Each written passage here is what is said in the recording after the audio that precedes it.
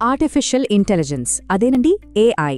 ఈ టెక్నాలజీ మన ప్రపంచాన్ని మనం ఊహించనంత వేగంతో మార్చేస్తుంది. అయితే ఈ మార్పు మంచిదా చెడ్డదా, మనకొక వరమా లేక శాపమా? Artificial intelligence the robots are coming పుస్తకం ఆధారంగా ఈ రెండింటి మధ్య అసలు నిజమేంటో తెలుసుకుందాం. రోబోట్లు వస్తున్నాయి. వినడానికి చాలా డ్రమాటిక్గా ఉంది కదూ. ఒకప్పుడు ఇది సైన్స్ ఫిక్షన్ సినిమాల్లోని డైలాగ్.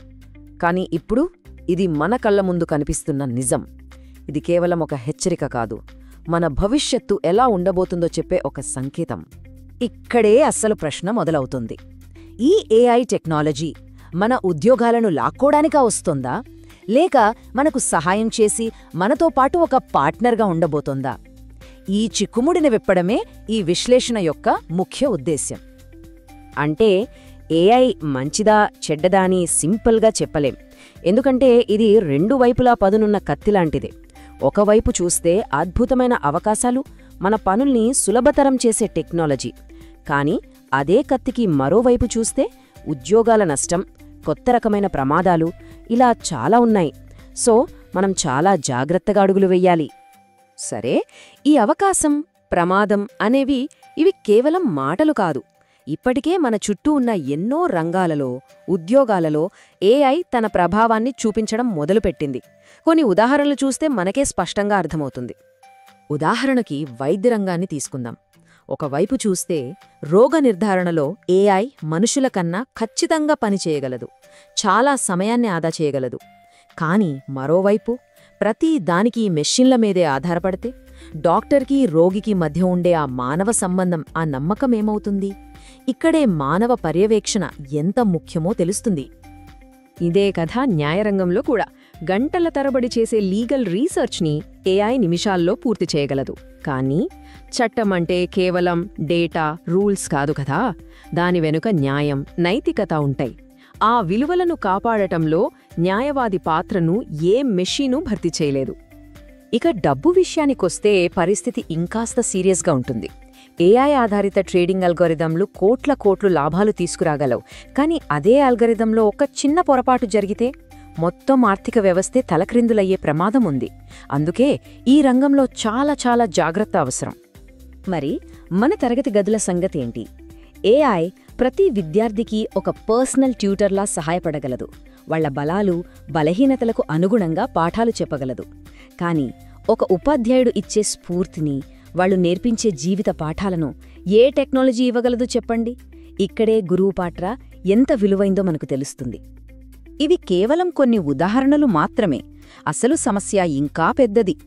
ఏఐ తీసుకొచ్చే సవాళ్లు కొన్ని ఉద్యోగాలకో, రంగాలకో పరిమితం కాదు. అవి మనందరినీ, మొత్తం సమాజాన్ని ప్రభావితం చేసే కొన్ని సార్వత్రిక ప్రమాదాలుగా మారబోతున్నాయి. సో ఈ పుస్తకం ప్రకారం మనం ఎదుర్కోబోయే అతిపెద్ద ప్రమాదాలు ముఖ్యంగా 5 ఉన్నాయి. ఈ 5 మన సమాజంపై చాలా తీవ్రమైన ప్రభావాన్ని చూపగలవు. ఏంటవి? మొదటిది, లక్షలాది ఉద్యోగాలు పోయే ప్రమాదం. 2, ఏఐ అల్గారిథంలలో తెలియకుండానే పక్షపాతం ఉండటం వల్ల సమాజంలో అసమానతలు పెరగడం. 3, అన్నిటికీ టెక్నాలజీపై ఆధారపడి మన సొంత ఆలోచనాశక్తిని కోల్పోవడం. 4, మన పర్సనల్ డేటా గోప్యతకు భంగం కలగడం. ఇక 5వది, అత్యంత ప్రమాదకరమైన సైబర్ దాడులు. చూసారా, ఇవన్నీ మనం సీరియస్గా తీసుకోవాల్సిన విషయాలే. సరే, ఇన్ని ప్రమాదాలున్నాయని భయపడాలా? అక్కర్లేదు. ఎందుకంటే సమస్య ఎక్కడుందో పరిష్కారం కూడా అక్కడే ఉంటుంది. ఈ పుస్తకం ఈ సవాళ్లను ఎదుర్కొని ముందుకు సాగడానికి ఒక స్పష్టమైన మార్గాన్ని కూడా చూపిస్తుంది. అదేంటో ఇప్పుడు చూద్దాం. అన్నింటికన్నా ముందు మన ఆలోచన విధానాన్ని మార్చుకోవాలి. ఏఐని మనకు పోటీగా, మన ఉద్యోగాలను లాక్కునే శక్తిగా చూడొద్దు. దానికి బదులుగా మన సామర్థ్యాలను పెంచే ఒక భాగస్వామిగా, ఒక సాధనంగా చూడాలి. ఈ ఒక్క మైండ్ సెట్ షిఫ్ట్ చాలు, చాలా తేడా వస్తుంది. మరి వ్యక్తిగతంగా మనం ఏం చేయాలి? మొదటిది, నిరంతరం కొత్త విషయాలు నేర్చుకోవాలి. ముఖ్యంగా ఏఐ ఎలా పనిచేస్తుందో కనీస అవగాహన పెంచుకోవాలి. 2, యంత్రాలు చెయ్యలేని పనులపై దృష్టి పెట్టాలి. అంటే క్రియేటివిటీ, క్రిటికల్ థింకింగ్, ఎంపతి ఇలాంటి మానవ నైపుణ్యాలను పెంచుకోవాలి. ఏఐని మన ఎదుగుదలకు ఒక టూల్గా వాడుకోవాలి. ఈ బాధ్యత కేవలం మన ఒక్కరిదే కాదు, కంపెనీలది కూడా. అవి తమ ఉద్యోగులకు కొత్త నైపుణ్యాలు నేర్పించడానికి ట్రైనింగ్ ప్రోగ్రాంలలో పెట్టుబడి పెట్టాలి, ఏఐని ఎలా వాడుతున్నారో పారదర్శకంగా ఉండాలి, మనుషులు యంత్రాలు కలిసికట్టుగా పనిచేసే వాతావరణాన్ని సృష్టించాలి. ఇక అన్నింటికన్నా పై స్థాయిలో ప్రభుత్వాల పాత్ర చాలా కీలకం. ఏఐ అభివృద్ధి ప్రజలకు మేలు చేసేలా సరైన చట్టాలు, నిబంధనలు తీసుకురావాలి. ఒకవేళ ఉద్యోగాలు కోల్పోయిన వారికి అండగా నిలవాలి. అలాగే ఈ టెక్నాలజీ భద్రత విషయంలో దేశాలన్నీ కలిసి పనిచేయాలి. మనమిప్పుడు ఒక కీలకమైన మలుపులో ఉన్నాం.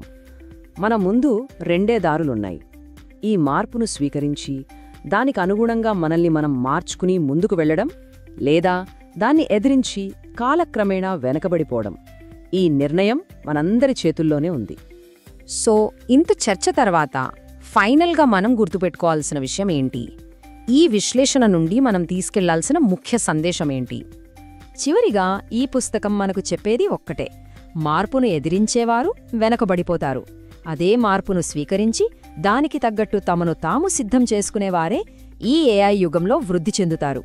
కాబట్టి ఏఐ గురించి భయపడటం ఆపి దాన్ని అర్థం చేసుకుని దానికి సిద్ధంగా ఉండటమే మనం చేయాల్సిన పని. ఎందుకంటే భవిష్యత్తును నిర్మించేది మనమే.